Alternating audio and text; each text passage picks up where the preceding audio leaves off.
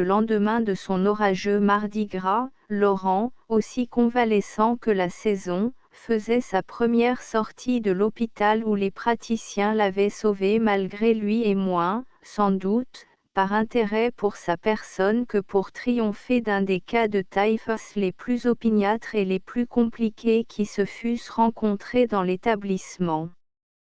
Remis sur pied, rendu à la vie du dehors, il semblait revenir d'un long et périlleux voyage, comme amnistié d'un exil qui aurait duré des années.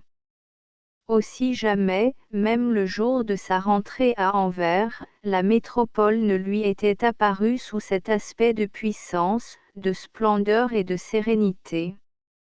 Au port, l'activité se ressentait de la température printanière.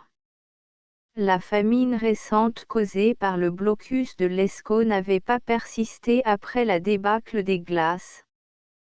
Plus que jamais la rade et les docks regorgeaient de navires et une recrudescence formidable succédait à la longue accalmie du trafic. Les ouvriers travaillaient sans souffrance, heureux de dépenser leurs forces, considérant aujourd'hui la corvée, si souvent pénible, comme une gymnastique rendant l'élasticité à leurs membres longtemps engourdis. Même les émigrants, stationnant aux portes des consulats, semblaient à Paridal moins pitoyables, plus résignés que de coutume. Passant devant le coin des paresseux, il constata que tous les habitués en étaient absents. Leur roi, chômeur permanent, ne travaillant pas quand les paresseux les plus fieffés se laissaient embaucher, dérogeait exceptionnellement à sa fainéantise. Cette constatation humilia quelque peu Laurent Paridal. Il demeurait l'unique bourdon de la ruche en pleine activité. Il lui tardait de se régénérer par le travail. À cette fin il aborda plusieurs brigades de débardeurs et demanda de l'emploi, n'importe lequel, à leur baise, mais celui-ci, après l'avoir dévisagé, peu soucieux de s'empêtrer d'une main-d'œuvre aussi dérisoire que celle d'un particulier rongé par 2 mois de fièvre, l'engageait à repasser le lendemain, alléguant que la journée était déjà trop avancée. Charriant les fardiers, passaient, d'une allure majestueuse et lente, les grands chevaux des nations. À leurs larges colliers des clous dorés dessinaient le nom ou le monogramme de la corporation propriétaire. Les voituriers de ces chars n'emploient pour toute traîne qu'une longue corde de chanvre passée dans un des anneaux du collier. Soit qu'ils trônent debout sur leurs chariots-lèges à la façon des cochers antiques, ou qu'ils marchent, placides et apparemment distraits, à côté du véhicule charge, leur adresse, leur coup d'œil et aussi l'intelligence de leurs chevaux sont telles, que les attelages se croisent, se frôlent, sans jamais s'accrocher. Laurent ne se lassait pas de s'extasier devant ces rudes chevaux et ces magnifiques conducteurs, il s'immobilisait même sur leur passage et à tout instant il se fût fait écraser, si un impératif claquement de fouet ou une gutturale onomatopée ne l'eût averti de se garer. Ivre de renouveau, il pataugeait avec volupté dans cette boue grasse, sueur noire et permanente d'un pavé continuellement foulé par le pesant roulage, il enjambait des rails et des excentriques de voies ferrées, des amarres le faisaient trébucher, des ballots jetés à la volée, de main en main, comme de simples muscades par des jongleurs herculéens, menaçaient de le renverser, et l'équipe dont il contrariait la manœuvre rythmique et cadencée, le houspillait dans un patois énormé. Croustilleux comme leurs personnages. Rien n'altérait, aujourd'hui, la belle humeur de Laurent, il prenait plaisir à se sentir rudoyé par le monde de ses préférences, jouissait de l'extrême familiarité que lui témoignaient ces débardeurs aussi robustes que placides. Il longea le grand bassin du Catendic. Son cœur battit plus fort à la vue des compagnons de l'Amérique, la nation, dont il avait fait partie, en train de décharger des grains. Les sacs agrippés à fond de cale par les crocs de la grue étaient guindés à hauteur des mattes et de la cheminée, puis le formidable levier, décrivant un horizontal quart de cercle, entraînait sa portée jusqu'au-dessus du camion attendant sur le quai. Debout sur le camion, nu-tête et bras nus, un grand gaillard, les reins sanglés comme un lutteur, une sorte de serpe à la main, accrochait au passage les sacs surplombant sa tête, les débarrassait de leurs élingues, du même coup, rendait la liberté de son mouvement à la machine qui virait pour continuer ses fouilles. À la file, d'autres compagnons, coiffés, ceux-ci, du capuchon, s'approchaient à point nommé pour transborder sur un second camion la charge que l'homme nu-tête soulevait d'un tour de main et assujettissait contre leur échine. Alentour, les balayeuses rassemblaient en tas le grain qui se répandait à chaque voyage de la machine par les fissures des sacs accrochés et mordus. En s'approchant, Laurent reconnut dans le principal acteur de cette scène, dont lui seul, peut-être, parmi ses contemporains, ressentait jusqu'aux moelles la souveraine beauté et qui eût sollicité Michel-Ange et transporté de lyrisme Benvenuto Cellini, le débardeur secouru par lui dans le Galtaz et s'estima récompensé au-delà de toute perspective terrestre ou divine par l'émotion dont l'emplissait la vue d'eau cette noble créature restituée à la vie et à son décor. Un instant Laurent songea à héler le personnage, mais il n'en fit rien, le brave gars eût pu croire, tant son bienfaiteur avait l'air minable et vanné, que celui-ci faisait brutalement appel à sa reconnaissance.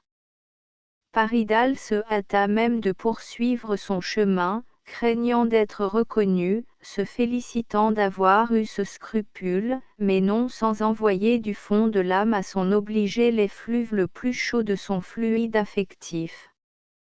Il dépassa les cales sèches, traversa force ponts et passerelles, atteignit les entrepôts de matières inflammables, les magasins de nafte immergés dans des bas-fonds marécageux, les tanks à pétrole, cuves immenses comme des gazomètres, tous objets d'apparence topique contribuant à la démarcation de ce paysage commercial.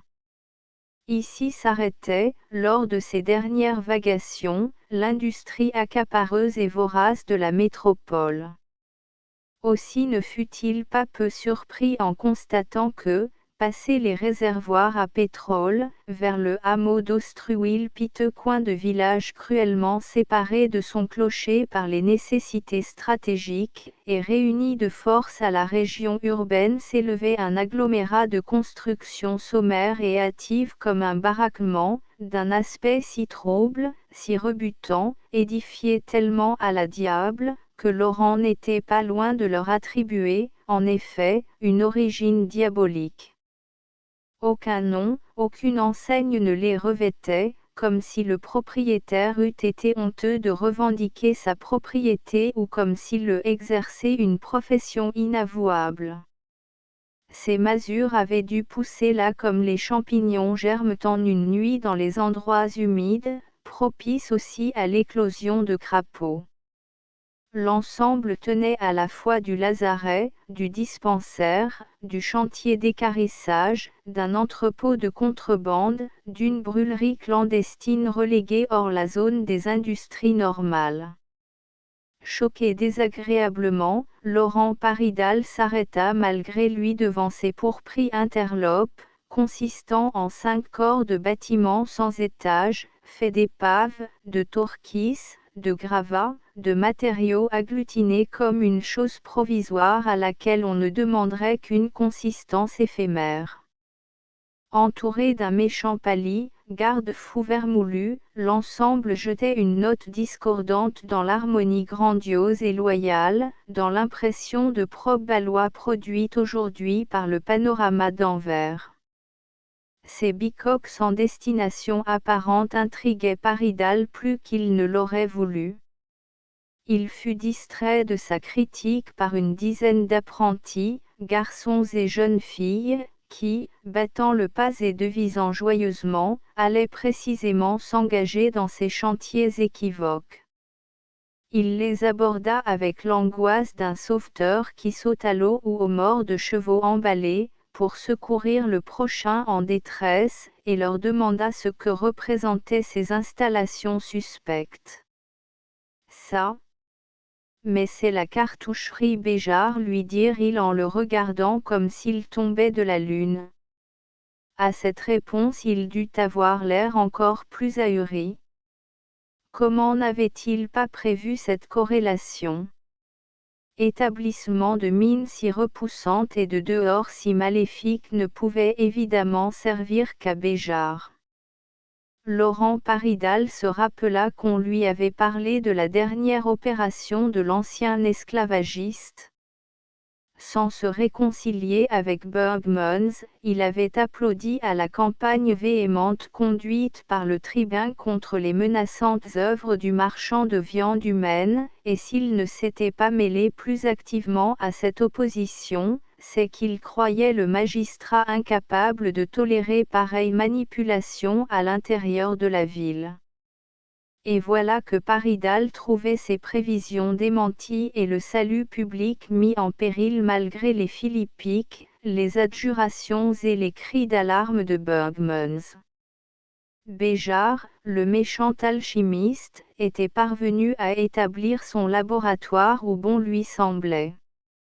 C'était dans ces ateliers précaires, presque ouverts à tous les vents, plutôt aménagés pour séduire les chauves-souris que pour abriter des êtres humains, que se pratiquaient ces opérations redoutables.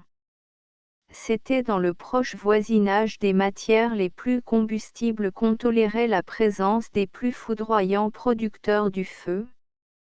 Non seulement on installait une soute aux poudres à côté des entrepôts de nafte et d'huile, mais on se livrait sur cette poudre à une trituration des plus propres à la faire éclater. C'étaient des gamins, des bambines fatalement voliges et étourdis, appartenant par essence à la classe la plus turbulente et la plus téméraire des prolétaires anversois, que l'on chargeait d'un travail pour lequel on n'aurait jamais requis manipulateurs trop sages et trop rassis. Et pour que rien ne manquât à cette gageure, pour que le défi criât mieux vengeance au ciel, pour tenter plus sûrement Dieu ou plutôt l'enfer, on outillait d'engins grossiers et rudimentaires ces menottes novices et méledroïts. Enfin, provocation suprême, on logeait une machine à vapeur et son foyer à proximité de la poudrière, on traitait littéralement la poudre par le feu.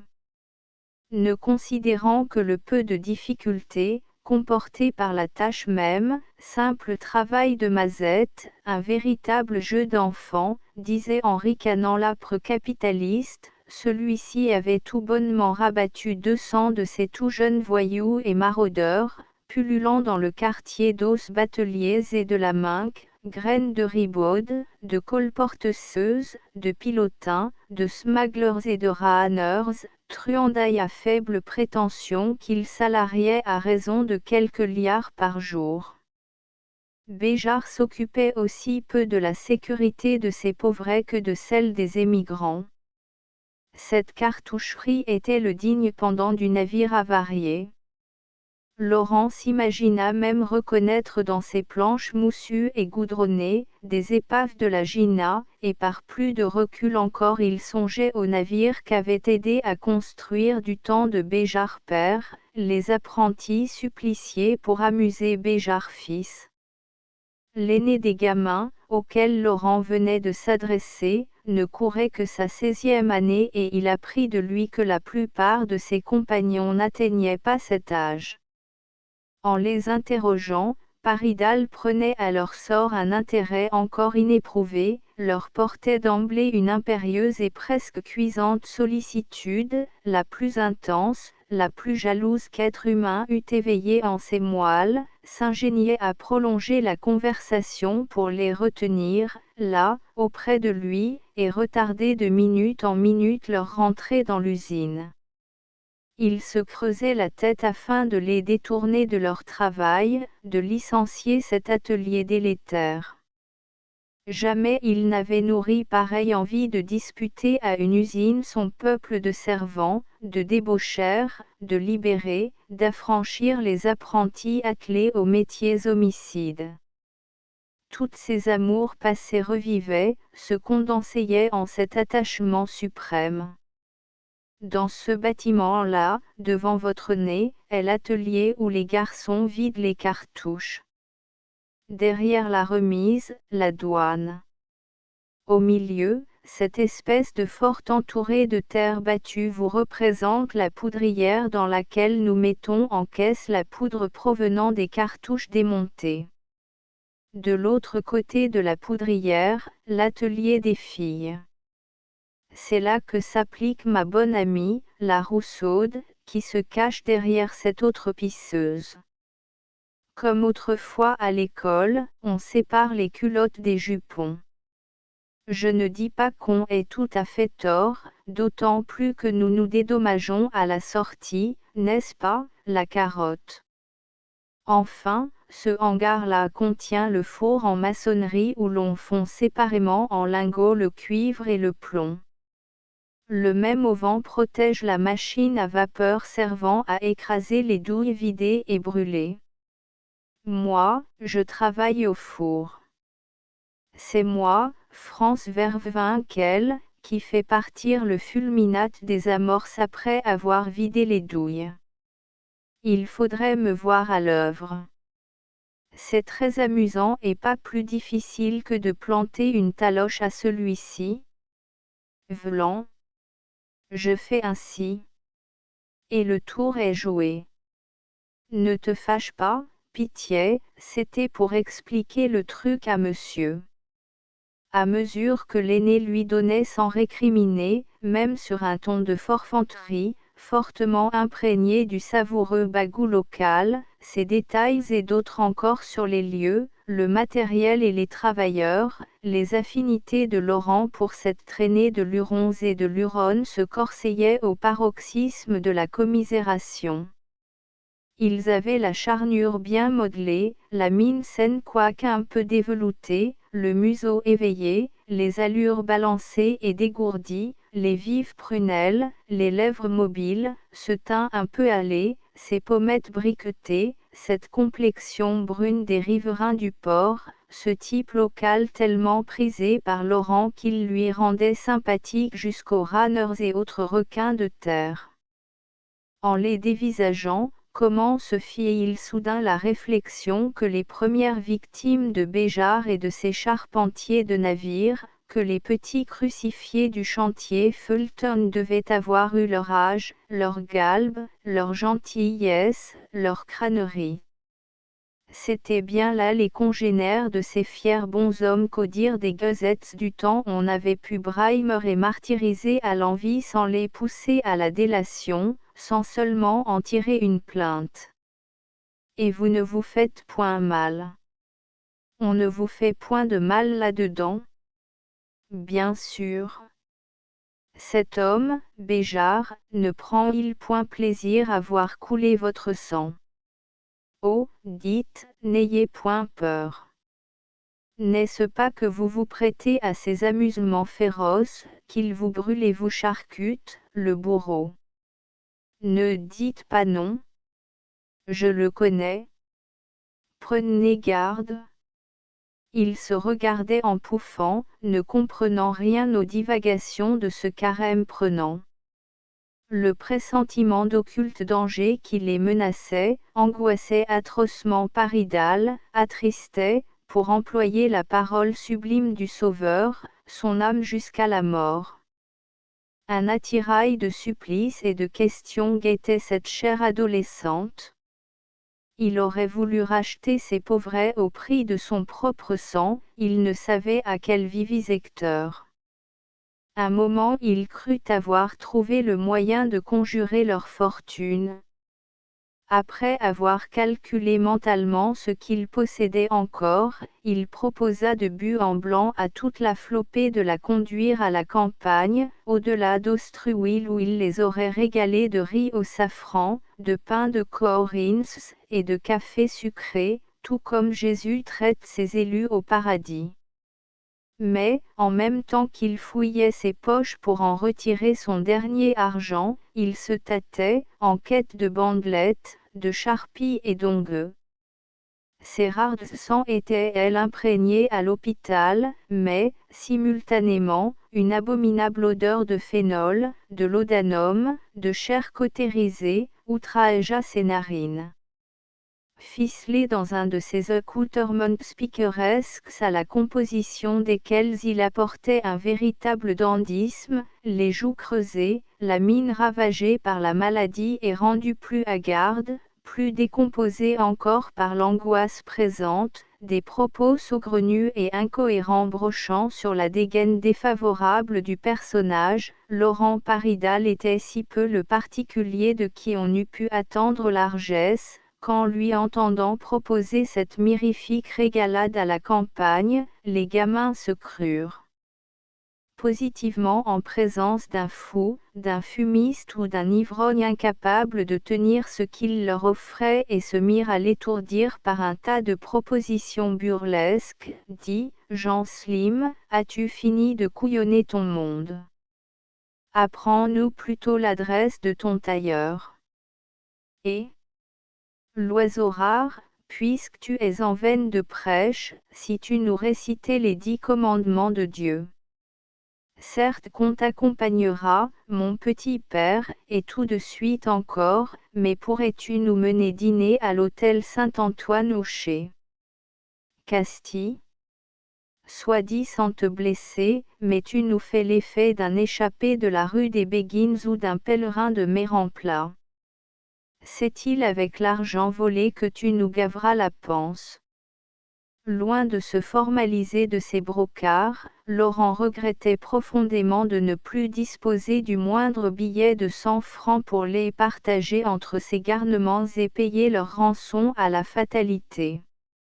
Lui-même était à bout de ressources, et à moins qu'il ne trouvât demain à louer ses bras affaiblis, il lui faudrait, en effet, se rendre en pèlerinage à Méremplat, à l'hospitalier dépôt des Musards et des Las d'Allée, où il aurait retrouvé Carrel le forgeron et tant d'autres dignes anathèmes.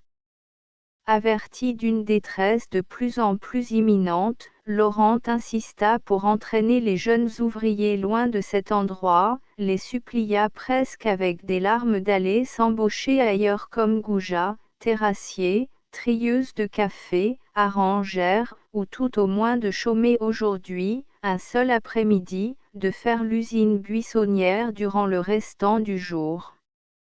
Mais jugeant que cette mystification tournait à la scie, leur chef, un polisson aux grands yeux couleur de châtaigne mûre, à la moue gouailleuse, au menton carré et volontaire marqué d'une délicieuse fossette, un espiègle difficile à prendre sans verre, le même Franz Verwinkel qui se disait chargé de faire partir le fulminate, tira respectueusement sa casquette à Paridal et, inclinant sa caboche noire et frisée, le harangua à ces termes: « Ce n'est plus, mon vieux frère, que ta compagnie nous soit particulièrement désagréable ou que ta conversation manque de ragoût, mais si tu m'en crois, tu prendras les devants et iras nous attendre à Wilmardonk.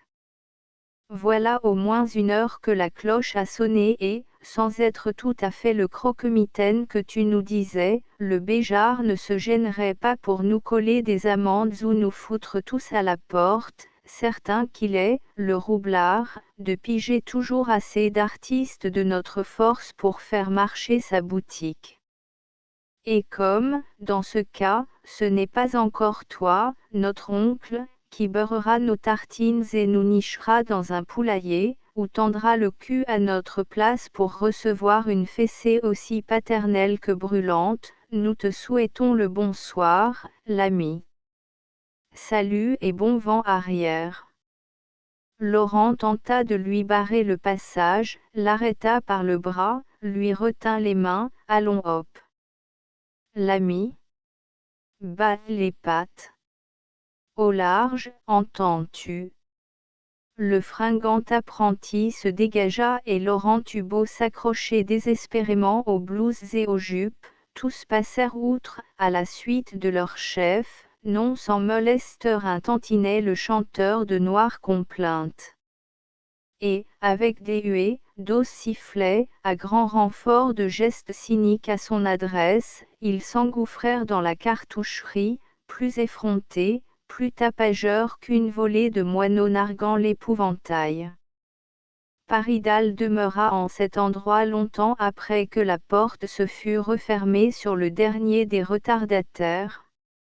Leur rire sonore, leur voix vibrante claironnaient encore à ses oreilles, il voyait reluire et pétiller les profonds yeux couleur de châtaigne mûre du plus grand, se remémorait le ragoût de son mouvement, lorsque d'un revers de main il avait relevé vers le ciel la visière de sa casquette à la façon d'une mésange querelleuse qui hérisserait sa huppe. Le cœur de Paridal saignait de plus en plus douloureusement sous sa poitrine. Et cela, à propos de galopins qui lui étaient absolument étrangers. Il en gredine des centaines, voire des milliers, du même moule, du même fion dans les quartiers populaires, depuis Merksem jusqu'à Kiel, lui aurait fait observer le judicieux et raisonnable Marboll. Eux-mêmes ne venaient-ils pas de reconnaître que Béjart n'eût pas été embarrassé de lever plus d'une réserve de conscrits de pareil acabit? La ville prolifique les jetait sur le pavé, négligemment, les exposant aux aventures, les abandonnant à leur propre industrie, à leurs bons ou mauvais instincts, les vouant presque tous à l'ilotisme, mais les prodiguant pour la plus grande saveur de la rue et du rivage. S'ils ne servent pas à la nourriture des poissons, un jour ils s'allongent sur la dalle des morgues ou contribuent à l'instruction des carabins. Possédaient-ils bien l'unique, le suprême cachet que leur prêtait Laurent? Incontestablement. Eût-il même été seul à les voir sous cette couleur chaude et en si ferme relief, c'est qu'il était créé, qu'il existait ainsi. Sur le point de relancer les apprentis dans leur atelier afin de suspendre les molignes pratiques auxquelles on se livrait sur eux et de les disputer à Béjart lui-même, la même odeur que tout à l'heure, mais plus véhémente encore, une touffeur d'abattoir mêlée à des relents d'infirmerie et à des bouffées de roussi fondit à sa rencontre. Comme si on lui eût fait respirer un violent anesthésique, il eut un éblouissement, un vertige, les objets tournoyèrent autour de lui. La palissade enclavant la cartoucherie fut balayée, la maçonnerie s'effrita, les murs se lézardèrent et s'entr'ouvrirent comme des décors d'opéra, ou comme si se déclaraient de subites voies d'eau et, dans une verte lumière de Bengale ayant la couleur d'une mer glauque et phosphorescente, d'insolites formes humaines tourbillonnèrent devant ses yeux, plus rapides, plus fugaces qu'un banc de poissons lumineux ou que les 1000 chandelles folletant sous la paupière d'un apoplectique. Quoiqu'endiablés que fussent leurs virevous, Laurent démêla dans ces apparitions des têtes sans corps, des torses sans membres, des pieds et des mains amputés, et un qui le consterna surtout, dans ce météore, fut l'expression conjuratrice, implorant ou terrifiée des yeux éclairant ses talus exsangues, les mêmes beaux yeux d'adolescent si fripons il y a quelques secondes, et le rictus, la convulsion, la grimace d'atroce souffrance de ces bouches, les mêmes bouches tout à l'heure si mutines, si railleuses, et ces minois ouverts et hardis de bout d'hommes émancipés ne reculant devant rien, tordus à présent, convulsés dans il ne savait quel spasme. Assistait-il à un naufrage ou à un incendie? Il revoyait à la fois les enfants martyrisés du chantier Fulton et les émigrants qui avaient sombré avec la Gina. Et un de ces visages, celui du jeune Franz Verwinkel, ressemblait extraordinairement à celui de son cher petit Pierrequette, le frère cadet d'Henriette et l'image de la jeune fille, mais une version mutine et luronne de cette pensive image.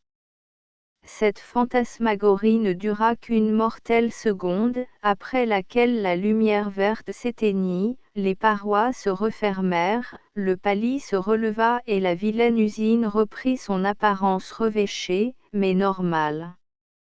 Ah ça, se dit Paridal, deviendrai-je fou? Et rougissant de cet accès morbide qu'il attribuait à une hyprosthésie causée par sa maladie, à l'action capiteuse de l'air après une longue claustration, il se décida enfin à tourner le dos à ces objets hallucinants et se dirigea vers le fleuve.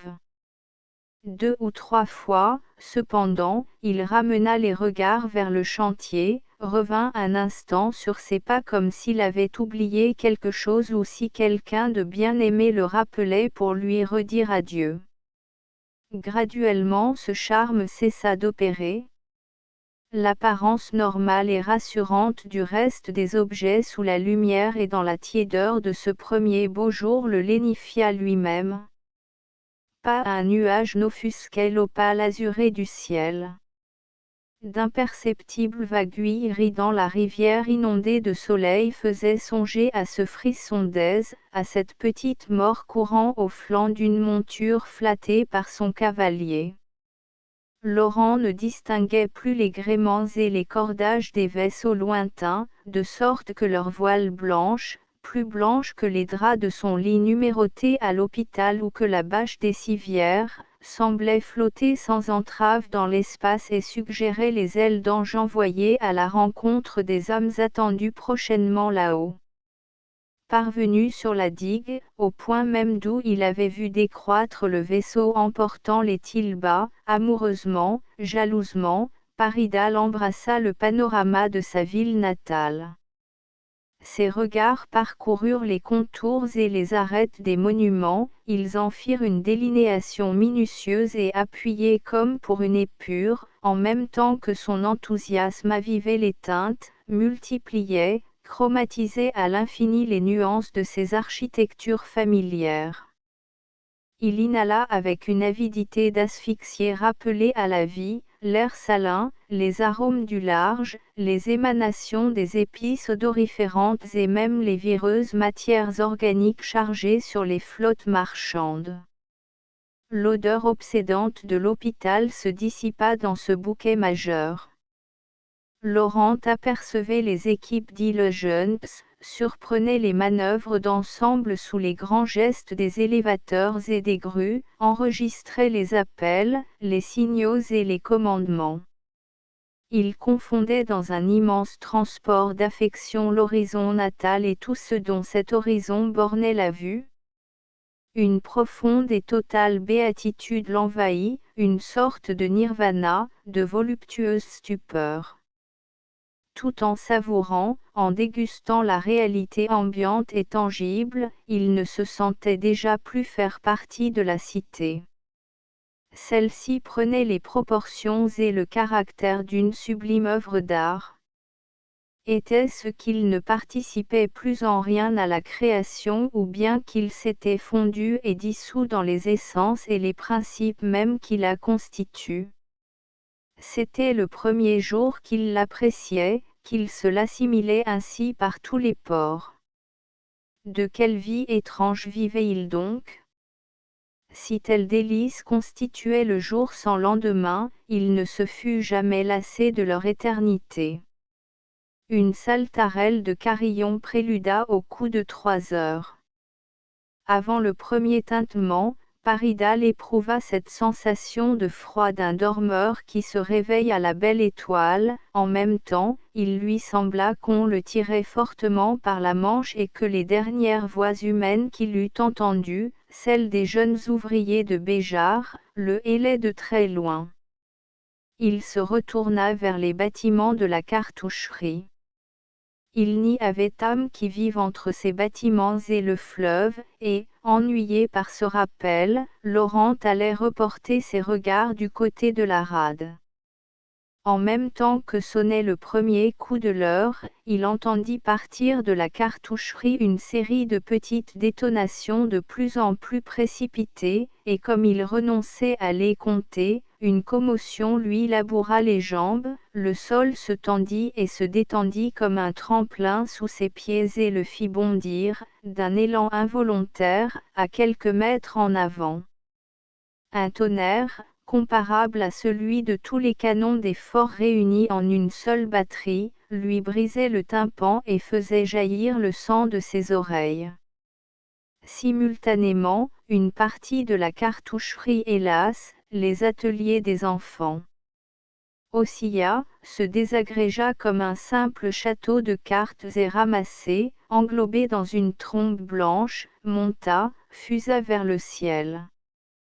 Cela monta d'un seul jet très vite, trop vite, droite tige d'une végétation spontanée et au bout de cette tige, blanche et cotonneuse, qui n'en finissait pas, se forma l'immense masse bulbeuse d'une tulipe rose et noire s'épanouissant comme la fabuleuse agave au fracas de la foudre, mais floraison morne et effeuillant ses pétales en un funèbre feu d'artifice. Au deuxième coup de 3 heures, durant le millième de seconde que vécut cette fleur pyrrhique, Laurent scrutait ses pétales, démêla des bras, des jambes, des tronçons, et aussi d'entières silhouettes humaines, gesticulant horriblement, tels des pantins trop désarticulés. Il se rappela gestes et contorsions analogues dans des toiles de peintres hallucinés, évocateurs de sorciers se rendant au sabbat. Et ces parties de la tulipe rose et noire, sanguinolentes ou carbonisées, décrivaient dans toutes les directions de longues trajectoires, et sans cesse pleuvaient d'innombrables débris avec accompagnement d'intraduisibles clameurs et de la continuelle pétarade. Guérisse de brûlés vifs. Pyrotechnie néronienne. Comme il semblait à Laurent avoir entendu déjà de ces voix, quelques masses s'abattaient autour de lui en même temps qu'une grêle de balles, et il eut la vision précipitée d'un tronc auquel adhérait un corsage, d'un pied d'enfant encore logé dans son petit sabot, d'une jambe musclée culottée de velours, et du même coup il se rappelait la cambrure de ce corsage, le pli de ce pantalon, le bruit guilleret de petits sabots courant à leur besogne et la belle impudence d'un visage émerillonné sous certaines visières bravaches, c'est moi, France Verwinkel, qui fait partir le fulminate. Il faudrait me voir à l'œuvre. Je n'ai qu'à frapper ainsi, et le tour est joué. Peut-être le pauvrette n'avait-il eu qu'à frapper ainsi. Non, c'était impossible. Laurent n'en pouvait croire ses sens. Le mirage reprenait de plus belle. Pour se convaincre de son état d'hallucination, il poussa un immense éclat de rire, mais il s'entendit rire et le cauchemar persista. Vers l'extrémité de l'enceinte urbaine, à l'endroit où s'élevait, il y a moins d'une seconde, un ténement du hameau d'Ostruwil, il ne restait debout des 20 bicoques que l'estaminet Indenspanjard, contemporain de la domination espagnole et arborant le millésime 1560. Par la trouée furieuse on découvrait la campagne, les talus verdissants des remparts, un rideau d'arbres en bourgeons et le placide clocher d'Ostruwil, au-dessus duquel l'alouette chantait sa première chanson. La guérite d'une sentinelle gisait au bas du rempart.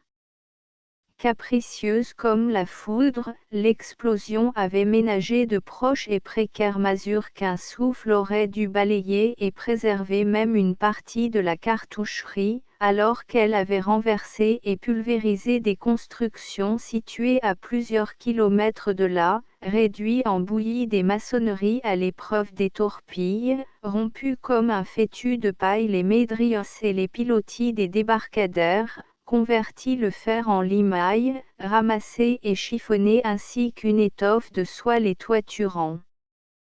Tôle galvanisée des hangars.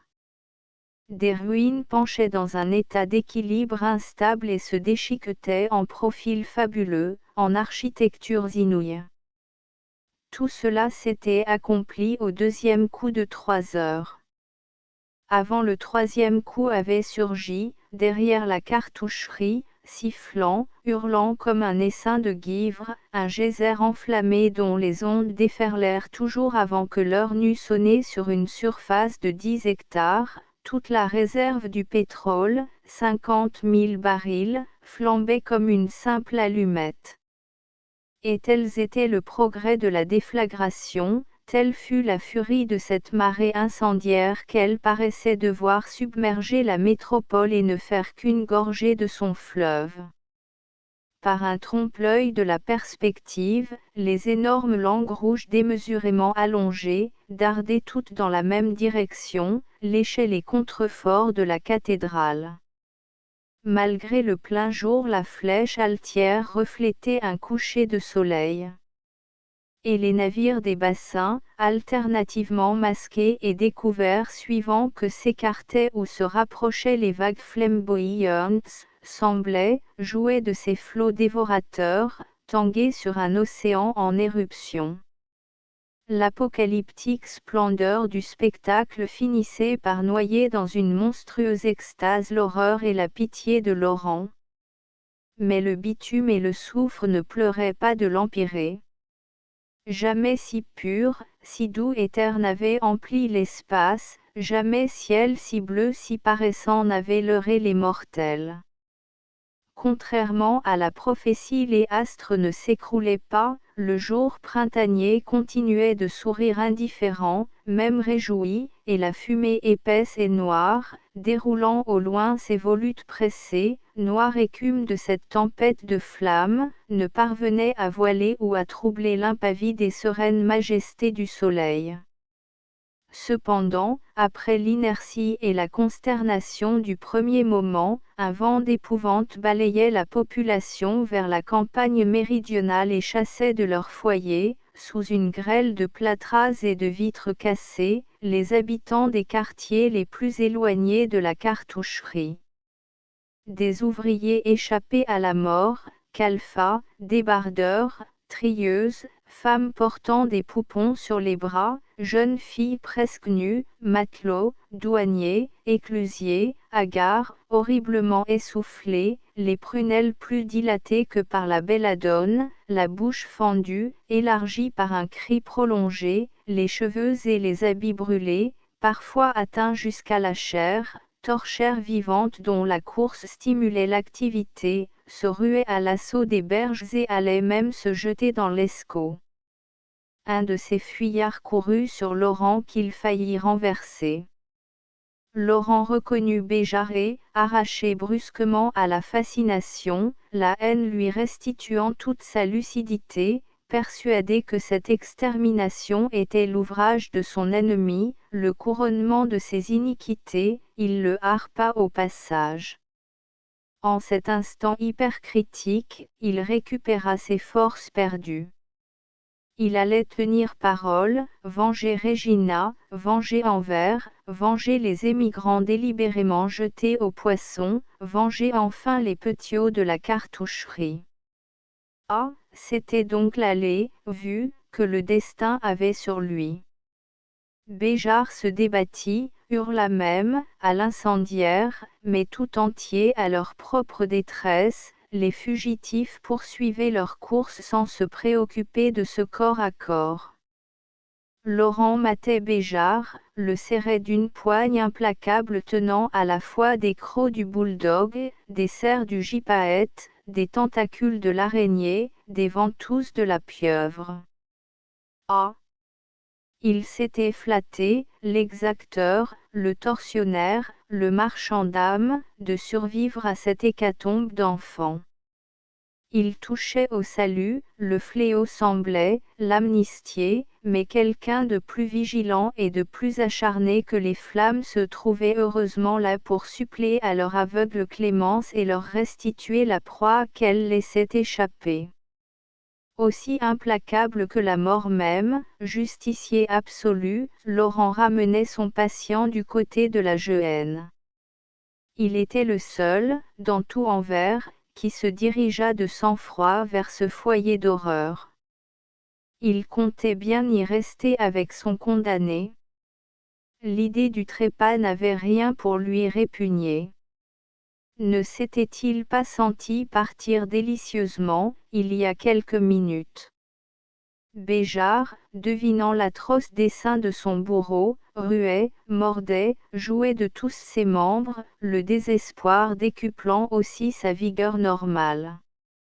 Parfois il opposait une telle résistance que Laurent ne parvenait plus à avancer et qu'il se crochetait sur place.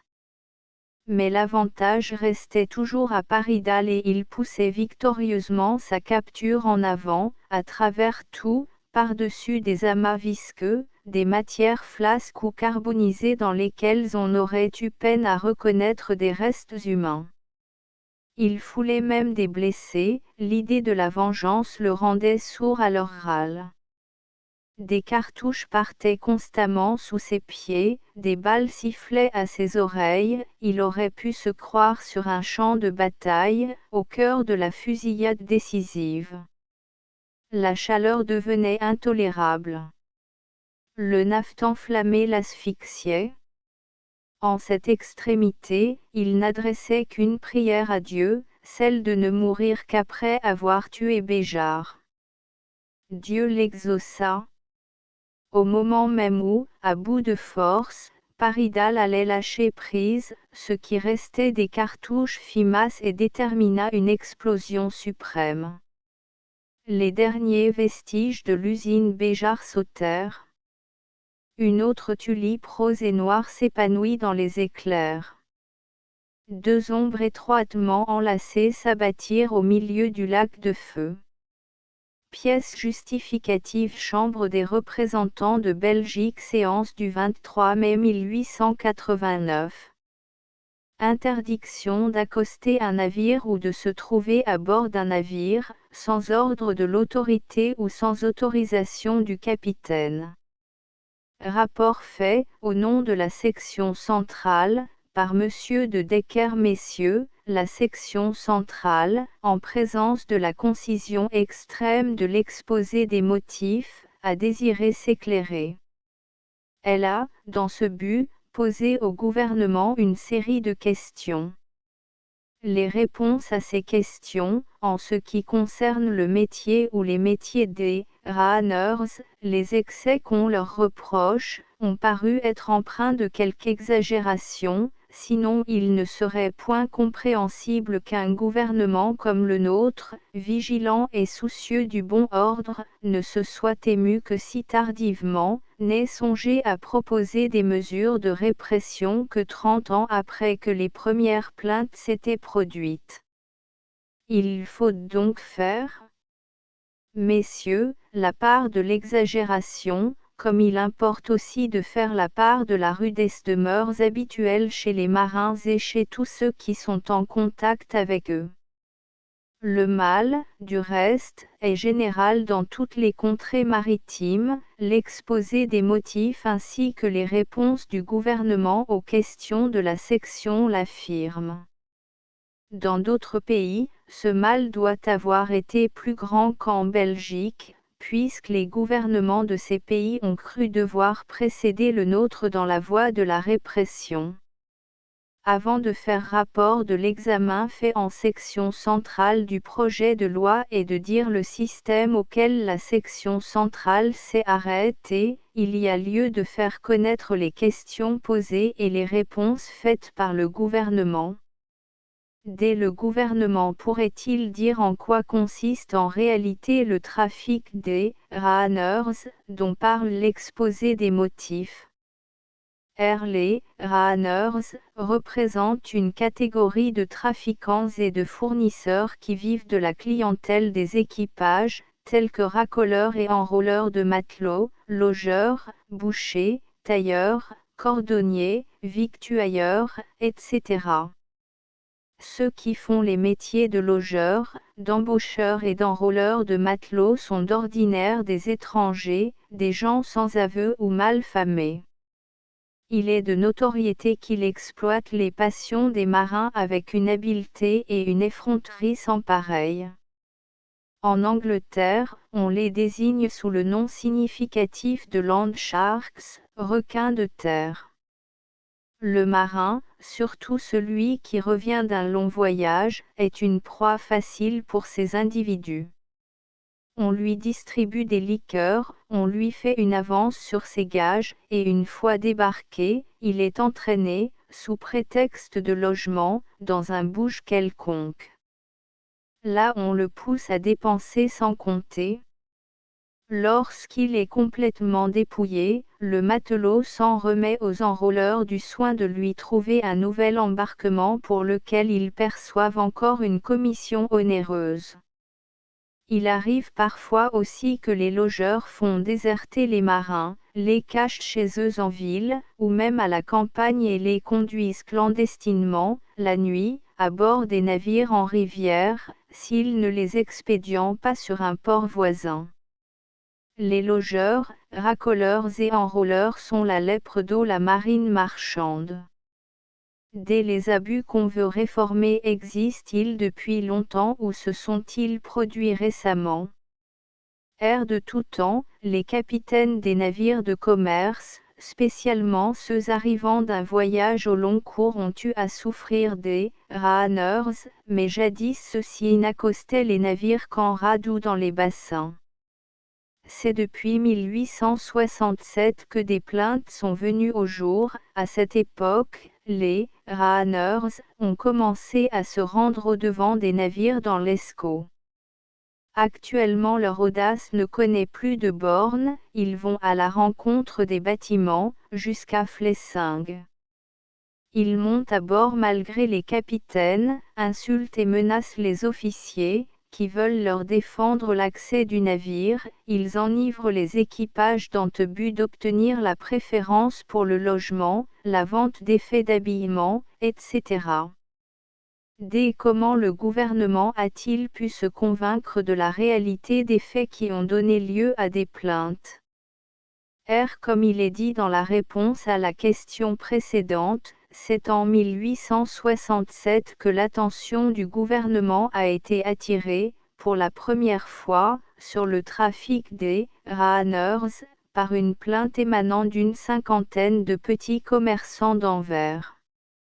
Les pétitionnaires reconnaissaient qu'ils se trouvaient parfois au nombre de plus de 50 à bord d'un navire, entravant les manœuvres et faisant aux gens de larges distributions d'alcool dans l'espoir d'avoir leur clientèle. Ils demandaient instamment que, pour faire cesser cet abus, on défendît de monter à bord avant l'arrivée du navire à destination. Des capitaines étrangers, au nombre d'une trentaine, ont appuyé cette pétition.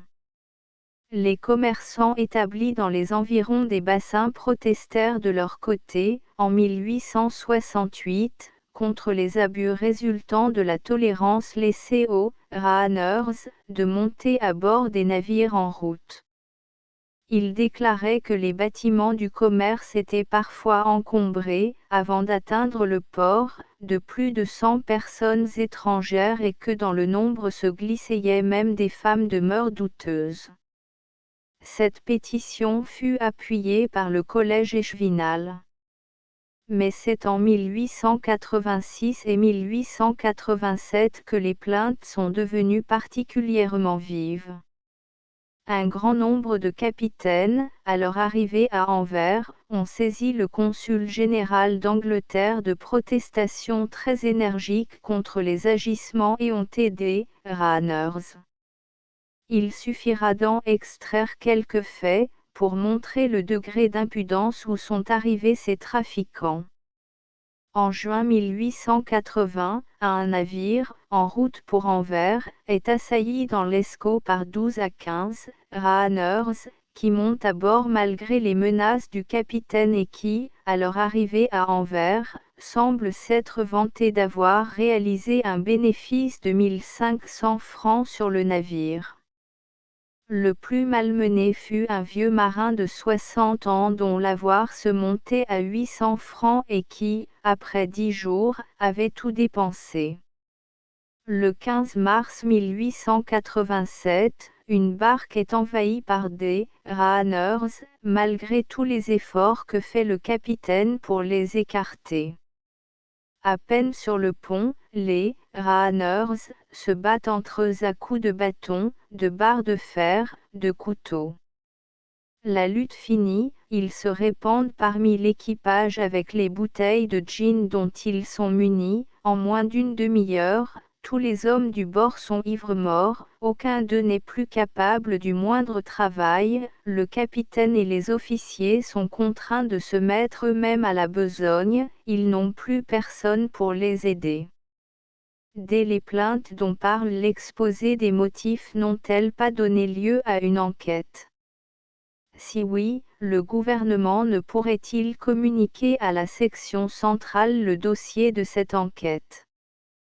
Les plaintes qu'ont provoquées les « Rahaners » n'ont pas donné lieu à une enquête proprement dite. Mais l'administration a tenu à s'assurer, à différentes reprises, de leur bien-fondé et elle a chargé le commissaire maritime du port et l'inspecteur du pilotage d'examiner la situation. En 1880, le commissaire maritime s'exprimait en ces termes: « Chaque fois qu'un navire arrive à Anvers d'un voyage au long cours, une quantité considérable de personnes se rendent à bord, tels que logeurs, tailleurs, enrôleurs, commis de courtiers, etc., etc., chacun pour recommander son article. Il arrive souvent qu'une catégorie de ces personnes, tels que les logeurs, se munissent de liqueurs alcooliques pour régaler l'équipage et débauchèrent les matelots et mettent ainsi le capitaine et le pilote dans l'impossibilité de faire exécuter les manœuvres nécessaires. Bien des fois mon concours a été réclamé par les capitaines à leur arrivée pour faire débarquer cette nuée d'oiseaux de proie, qui empêchent même la circulation sur le pont, tellement ils sont nombreux. Le fait s'est présenté ici en rade qu'un capitaine a dû faire feu pour éloigner de son bord ces importuns visiteurs. En 1886, l'inspecteur du pilotage formulait un rapport dans lequel on lit ce qui suit: l'acharnement que mettent les « Rahaners » de toute catégorie à se faire la concurrence ne connaît plus de bornes et les pousse à commettre des abus, parmi lesquels celui qui consiste à enivrer les équipages est certes un des plus graves. En effet, il a pour conséquence d'amener les hommes du bord à l'inexécution des ordres donnés par les pilotes, ce qui peut être une première cause de collisions ou d'échouements. Enfin, dans une lettre récente, le commissaire maritime d'Anvers expose de nouveau les pratiques auxquelles ont recours les « Rahaners ». Ils sont, dit-il, ordinairement pourvus de boissons fortes avec lesquelles ils enivrent les marins dans le but d'obtenir la préférence pour le logement, la vente, etc., etc. Le cas se présente souvent que tout l'équipage est ivre à bord dans le moment difficile où le capitaine a besoin de ses hommes pour manœuvrer, pour accoster le quai ou pour entrer au bassin, ou pour mouiller en rade. Dès le capitaine n'est-il pas suffisamment maître à son bord pour empêcher les abus qui se produisent? Quand un navire est assailli par les « Rahaners », il est fort difficile, sinon impossible au capitaine de conserver assez d'autorité pour interdire l'accès du bord. Les « Rahaners » sont toujours en nombre, ils s'accrochent avec leurs canots au flanc du navire, et assurés qu'ils sont de l'impunité, ne reculent ni devant les injonctions, ni devant les menaces. Il ne resterait au capitaine que d'avoir recours aux armes à feu pour faire respecter son autorité, moyen extrême on le comprendra qu'il hésite à employer. D'ailleurs les matelots, qui n'ignorent pas que ces gens viennent leur apporter des liqueurs fortes et leur offrir leurs services, n'exécutent que mollement les ordres, de sorte que le capitaine est impuissant. Un fait survenu en 1868 montrera à quel point un capitaine est peu maître à bord de son navire, dès que celui-ci est envahi par les « Rahaners ». À cette époque, le navire Arcile fit son entrée dans les bassins d'Anvers.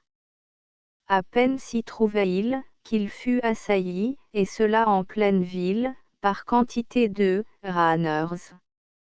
Le capitaine voulut les obliger à déguerpir, ils s'y refusèrent et l'un d'eux frappa même cet officier.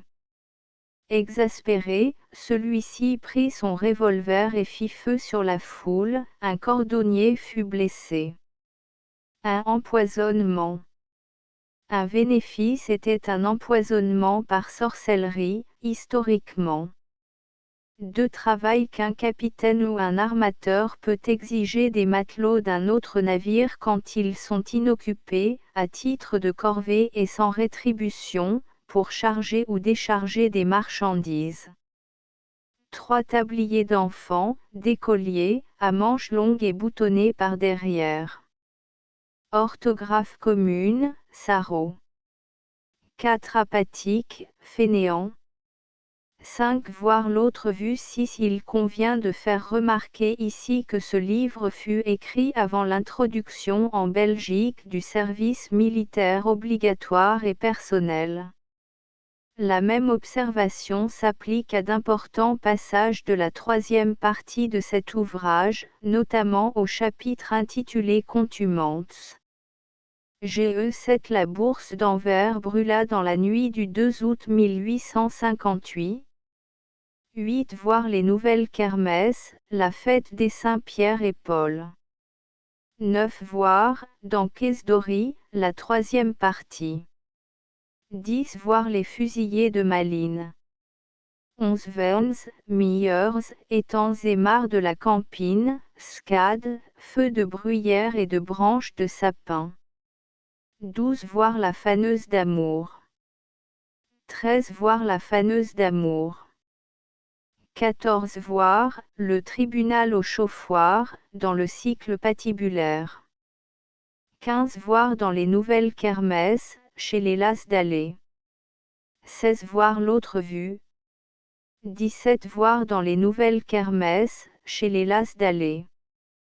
18 Le Catandigic-Doc mesurait 9 hectares, le grand vieux bassin 7, représentant ensemble une superficie d'eau de 160 000 mètres.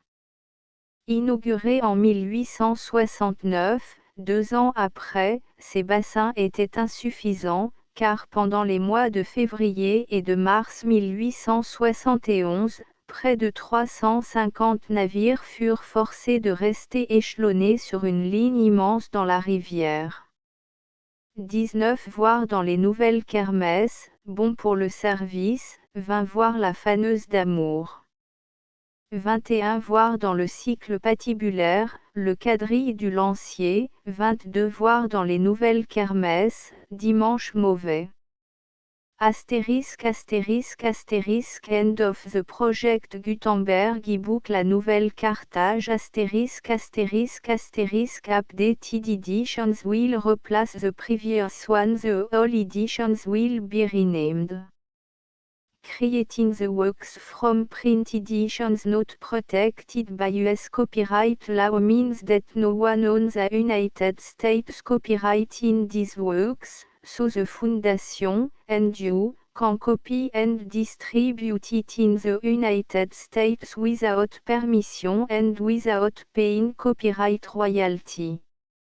Special rule, set forth in the general terms of use part of this license, apply to copying and distributing Project Gutenberg symbol marque commercial electronic works to protect the Project Gutenberg symbol marque commercial concept and trademark. Project Gutenberg is a registered trademark, and may not be used if you charge for an e-book, except by following the terms of the trademark license, including paying royalty for use of the Project Gutenberg trademark. If you do not charge anything for copy of this e-book, complying with the trademark license is very easy. You may use this ebook for nearly any purpose such as creation of derivative works, report, performance and research. Project Gutenberg e-books may be modified and printed and given away. You may do practically anything in the United States with e-books not protected by US copyright law. Redistribution is subject to the trademark license, especially commercial redistribution. Start, full license. The full Project Gutenberg license. Please read this before you distribute or use this work to protect the Project Gutenberg symbol marque commercial mission of promoting the free distribution of electronic works, by using or distributing this work, or any other work associated in any way with the phrase Project Gutenberg. You agree to comply with all the terms of the full Project Gutenberg symbol marque commercial license available with this file or online at www.gutenberg.org/licence. Section 1. General Terms of Use and Redistributing Project Gutenberg symbol marque commercial electronic works. 1.a By reading or using any part of this Project Gutenberg symbol marque commercial electronic work, you indicate that you have read, understand, agree to and accept all the terms of this license and intellectual property, trademark / copyright, agreement. If you do not agree to abide by all the terms of this agreement, you must cease using and return or destroy all copy of Project Gutenberg symbol marque commercial electronic works in your possession. If you paid a fee for obtaining a copy of or access to a Project Gutenberg symbol marque commercial electronic work and you do not agree to be bound by the terms of this agreement, you may obtain a refund from the person or entity to whom you paid the fee as set forth in paragraph 1.e.8. 1.b Project Gutenberg is a registered trademark. It may only be used on or associated in any way with an electronic work by people who agree to be bound by the terms of this agreement. There are a few things that you can do with most Project Gutenberg symbol marque commercial electronic works even without complying with the full terms of this agreement. See paragraph 1.c below. There are a lot of things you can do with Project Gutenberg symbol marque commercial electronic works if you follow the terms of this agreement and help preserve free future access to Project Gutenberg symbol marque commercial electronic works. See paragraph 1.e below. 1.c The Project Gutenberg Literary Archive Foundation, the Foundation or PGLAF, owns a compilation copyright in the collection of Project Gutenberg symbol marque commercial electronic works. Nearly all the individual works in the collection are in the public domain in the United States. If an individual work is unprotected by copyright law in the United States and you are located in the United States, we do not claim a right to prevent you from copying, distributing, performing, displaying or creating derivative works based on the work alone as all references to Project Gutenberg are removed. Of course, we hope that you will support the Project Gutenberg symbol marque commercial mission of promoting free access to electronic works by freely sharing Project Gutenberg symbol marque commercial works in compliance with the terms of this agreement for keeping the Project Gutenberg symbol marque commercial name associated with the work. You can easily comply with the terms of this agreement by keeping this work in the same format with its attached full Project Gutenberg symbol marque commercial license when you share it without charge with others. 1.d. The copyright laws of the place where you are located also govern what you can do with this work. Copyright laws in most countries are in a constant state of change. If you are outside the United States, check the laws of your country in addition to the terms of this agreement before downloading, copying, displaying, performing, distributing or creating derivative works based on this work or any other project Gutenberg symbol mark commercial work. The Foundation makes no representations concerning the copyright status of any work in any country other than the United States. 1.e Unless you have removed all references to Project Gutenberg. 1.e.1. The following sentence, with active links to, or other immediate access to, the full Project Gutenberg symbol mark commercial license must appear prominently whenever any copy of a Project Gutenberg symbol mark commercial work, any work on which the phrase Project Gutenberg appears, or with which the phrase Project Gutenberg is associated, is accessed, displayed, performed, viewed, copied or distributed. This ebook is for the use of anyone anywhere in the United States and most other parts of the world at no cost and with almost no restriction whatsoever. You may copy it, give it away or reuse it under the terms of the Project Gutenberg license included with this ebook or online at www.gutenberg.org. If you are not located in the United States, you will have to check the laws of the country where you are located before using this ebook. 1.e.2.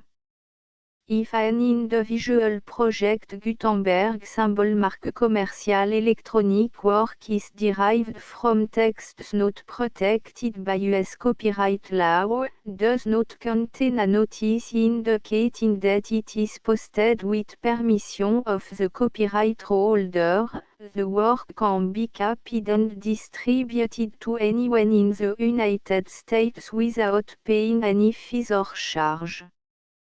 If you are redistributing or providing access to a work with the phrase Project Gutenberg associated with or appearing on the work, you must comply either with the requirements of paragraphs 1.e.1 through 1.e.7 or obtain permission for the use of the work and the Project Gutenberg symbol mark commercial trademark as set forth in paragraphs 1.e.8 or 1.e.9.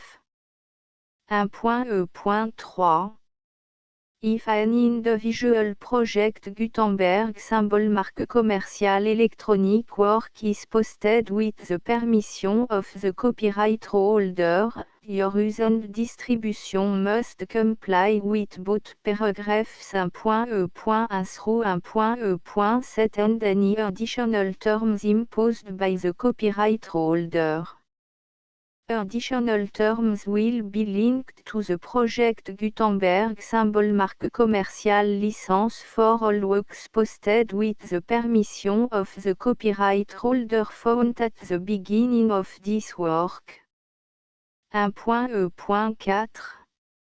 Do not unlink or detach or remove the full Project Gutenberg symbol mark commercial license terms from this work, or any file containing a part of this work or any other work associated with Project Gutenberg symbol mark commercial.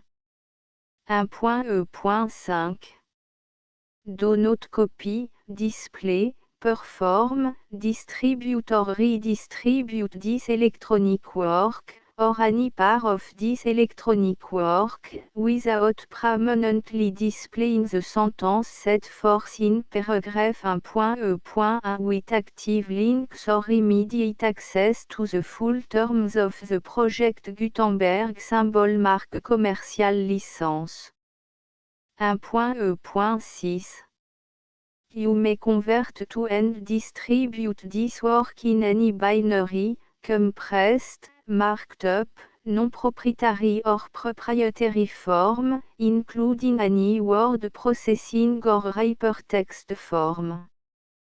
However, if you provide access to or distribute copy of a project Gutenberg symbol marque commerciale work in a format other than plain vanilla ASCII or other format used in the official version posted on the official project Gutenberg symbol marque commerciale website, www.gutenberg.org you must, at no additional cost, fee or expense to the user, provide a copy, a means of exporting a copy, or a means of obtaining a copy upon request, of the work in its original plain vanilla ASCII or other form.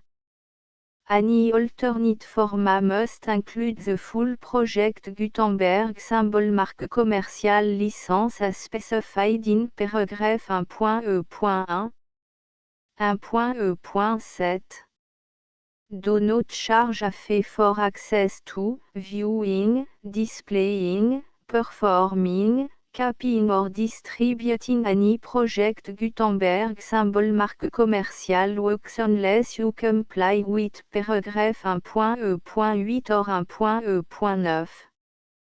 1.e.8 You may charge a reasonable fee for copy of or providing access to or distributing project Gutenberg symbol marque commerciale electronic works provided that you pay a royalty fee of 20% of the gross profit you derive from the use of project Gutenberg symbol marque commerciale works calculated using the method you already use to calculate your applicable tax.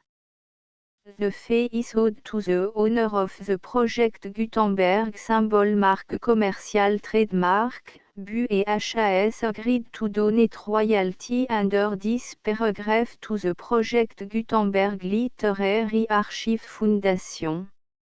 Royalty payment must be paid within 60 days following each date on which you prepare, or are legally required to prepare, your periodic tax returns.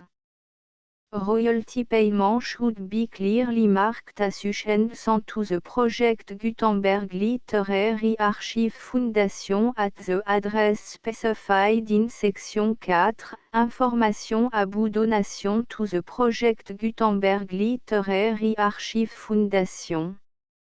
You provide a full refund of any money paid by a user who notifies you in writing, or by email, within 30 days of receipt that et does not agree to the terms of the full project Gutenberg symbol marque commerciale licence. You must require such a user to return or destroy all copy of the works possessed in a physical medium and discontinue all use of and all access to other copy of project Gutenberg symbol marque commerciale works. You provide, in accordance with paragraph 1.f.3, a full refund of any money paid for a work or a replacement copy, if a defect in the electronic work is discovered and reported to you within 90 days of receipt of the work. You comply with all other terms of this agreement for free distribution of project Gutenberg symbol marque commerciale works. 1.e.9 If you wish to charge a fee or distribute a project Gutenberg symbol marque commerciale electronic work or group of works on different terms than are set forth in this agreement, you must obtain permission in writing from the Project Gutenberg Literary Archive Foundation, the manager of the Project Gutenberg symbol marque commercial trademark. Contact the Fondation à cette force in section 3 below. 1.f1.f.1 Project Gutenberg volunteers and employees expend considerable effort to identify, do copyright research on, transcribe and proofread works not protected by US copyright law in creating the Project Gutenberg symbol marque commercial collection.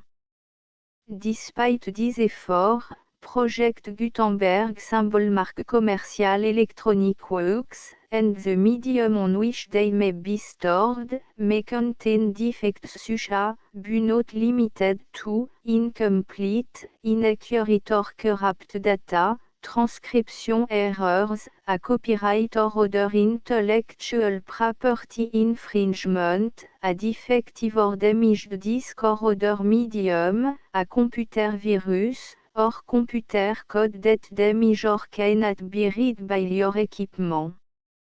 1.f.2 Limited warranty, disclaimer of damage, except for the right of replacement or refund described in paragraph 1.f.3, the Project Gutenberg Literary Archive Foundation, the owner of the Project Gutenberg symbol marque commercial trademark, and any other party distributing a Project Gutenberg symbol marque commercial electronic work under this agreement, disclaim all liability to you for damages, costs and expenses, including legal fees.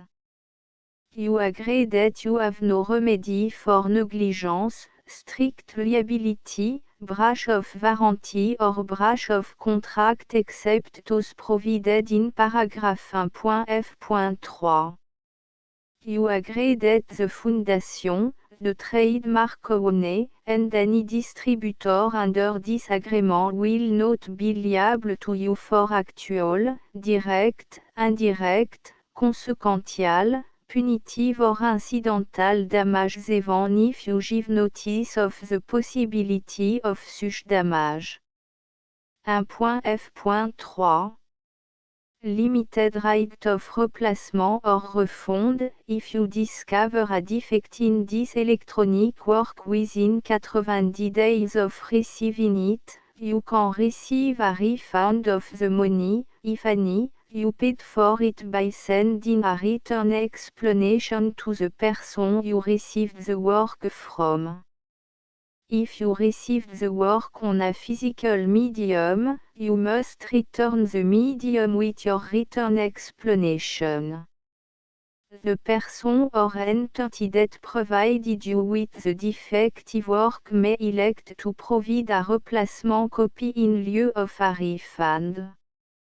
If you received the work electronically, the person or entity providing it to you may choose to give you a second opportunity to receive the work electronically in lieu of a refund. If the second copy is also defective, you may demand a refund in writing without further opportunities to fix the problem. 1.f.4 Except for the limited right of replacement or refund set forth in paragraph 1.f.3, this work is provided to you as, with no other warranties of any kind, express or implied, including but not limited to warranties of merchantability or fitness for any purpose. 1.f.5 Some states do not allow disclaimers of certain implied warranties or the exclusion or limitation of certain types of damages. If any disclaimer or limitation set forth in this agreement violates the law of the state applicable to this agreement, the agreement shall be interpreted to make the maximum disclaimer or limitation permitted by the applicable state law. The invalidity or unenforceability of any provision of this agreement shall not void the remaining provision. 1.f.6 Indemnity, you agree to indemnify and hold the foundation, the trademark owner, any agent or employee of the foundation, anyone providing copy of Project Gutenberg symbol marque commercial electronic works in accordance with this agreement, and any volunteers associated with the production, promotion and distribution of Project Gutenberg symbol marque commercial electronic works, harmless from all liability, costs and expenses, including legal fees, that arise directly or indirectly from any of the following which you do or cause to occur. A. Distribution of this or any Project Gutenberg symbol marque commercial work. B. Alteration, modification, or addition or deletions to any Project Gutenberg symbol marque commercial work. And C. Any defective cause. Section 2. Information about the mission of Project Gutenberg symbol marque commercial. Project Gutenberg symbol marque commercial is synonymous with the free distribution of electronic works in format readable by the widest variety of computers including obsolete, old, middle-aged and new computers. It exists because of the effort of hundreds of volunteers and donations from people in all walks of life. Volunteers and financial support to provide volunteers with the assistance they need are critical to reaching Project Gutenberg symbol marque commercial's goals and ensuring that the Project Gutenberg symbol marque commercial collection will remain freely available for generations to come. In 2001, the Project Gutenberg Literary Archive Foundation was created to provide a secure and permanent future for Project Gutenberg symbol marque commercial and future generations. To learn more about the Project Gutenberg Literary Archive Foundation and how your efforts and donations can help, see section 3 and 4 and the Foundation information page at www.gutenberg.org. Section 3.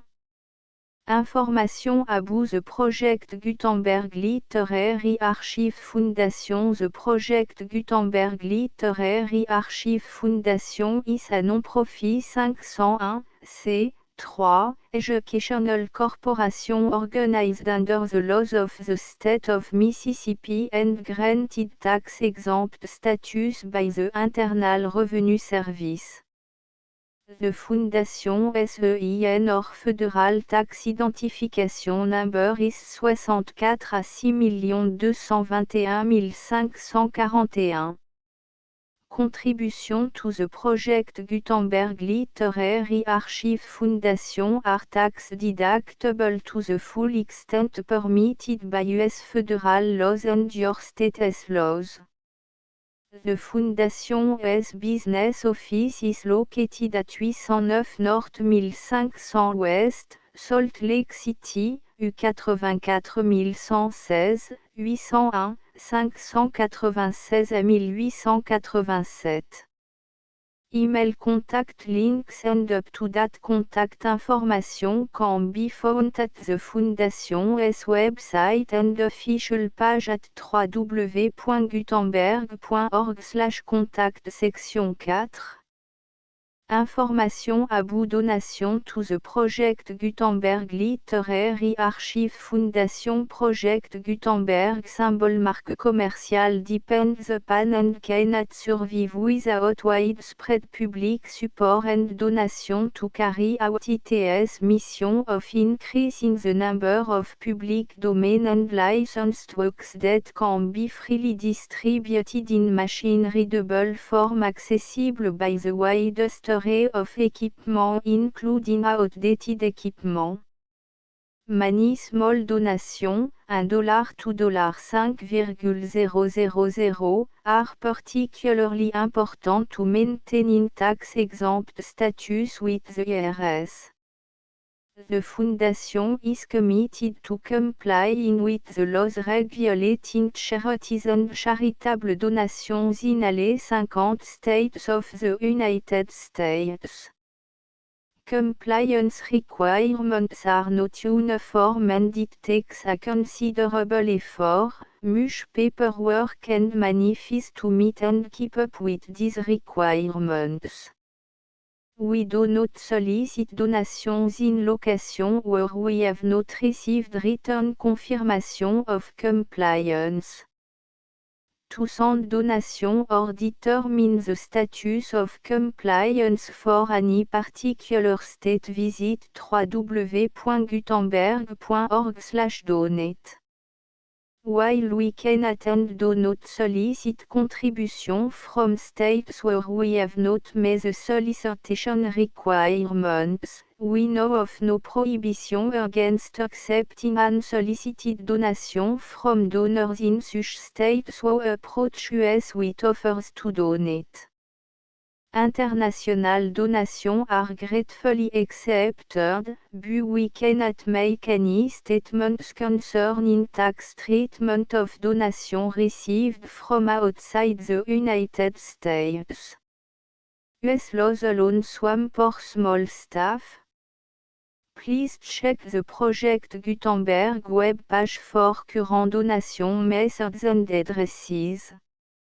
Donations are accepted in a number of other ways including checks, online payments and credit card donation.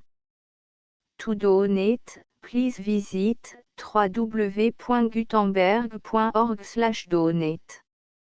Section 5.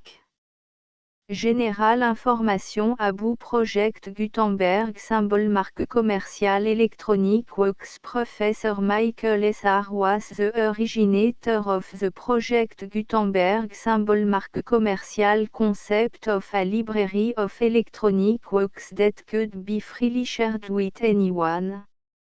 For 40 years, he produced and distributed Project Gutenberg symbol marque commerciale e-books with only a loose network of volunteer support. Project Gutenberg symbol marque commerciale e-books are often created from several printed editions, all of which are confirmed and not protected by copyright in the US unless a copyright notice is included. Thus, we do not necessarily keep e-books in compliance with any particular paper edition. Most people start at our website which has the main page search facility, www.gutenberg.org. This website includes information about Project Gutenberg symbol marque commerciale, including how to make donation to the Project Gutenberg Literary Archive.